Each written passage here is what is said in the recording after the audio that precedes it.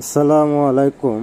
যদি কোনো সময় মনে করো যে তোমার পাশে কেউ থাকবে, তাহলে আসলে এটা ভুল।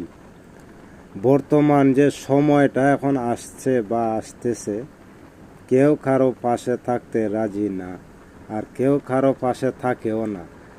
বিপদ যখন তোমার আসে, তখন দেখা যায় কে তোমার পাশে আছে এবং কে তোমার পাশে নাই। তবে জীবন ভরা তুমি দিয়াই যাইবা, আর সে নিয়েই যাইব, কিন্তু তোমারে কিছুই দিবে না। বর্তমান সময়টা হইছে এই সময়। তো আসলে মানুষ অদ্ভুত, আর মানুষের চাল চরণ, আচার আচরণ আসলে কিন্তু অন্যরকম। তো যাই হোক, এটাই হইছে মানুষের জীবন, আর এটাই হইছে বাস্তবতা।